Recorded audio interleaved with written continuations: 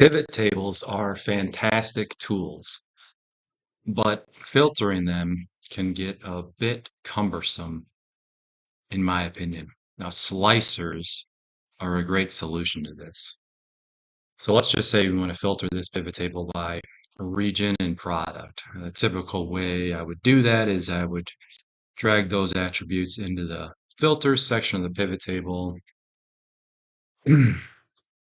I want central and east, I can select multiple items, select them. If I want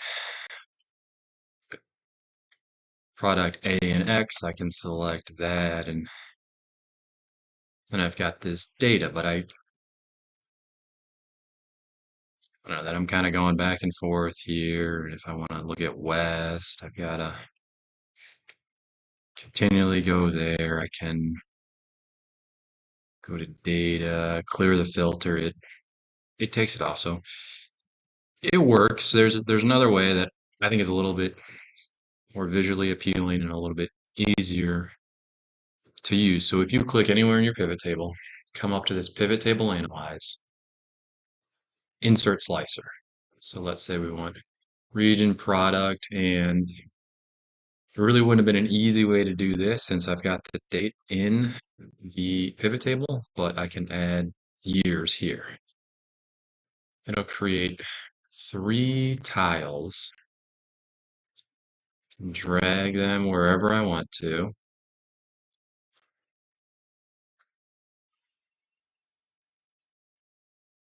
Can resize them.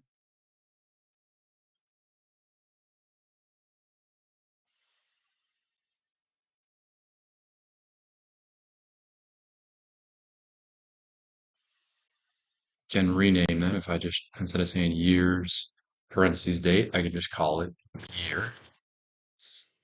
Year here.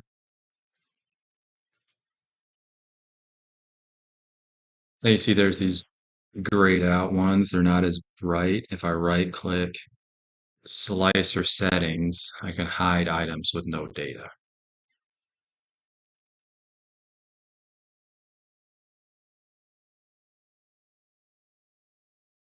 So I've got my buttons here. If I want to get the central and the west, click central, that automatically filters it on central. I can click the multi-select here, or I can hold down the control key, and now I've got central and east. If I want product A and product Z, there you go. I held down the control key, and then if I only want to look at one year instead of both years, I can just pick that year and take these filters on and off very easily and quickly. So if you're looking for a little bit easier and more intuitive way of filtering your pivot tables, I think that the slicers can be very easy for anyone, even those that aren't super familiar with Excel, to pick up and learn quickly.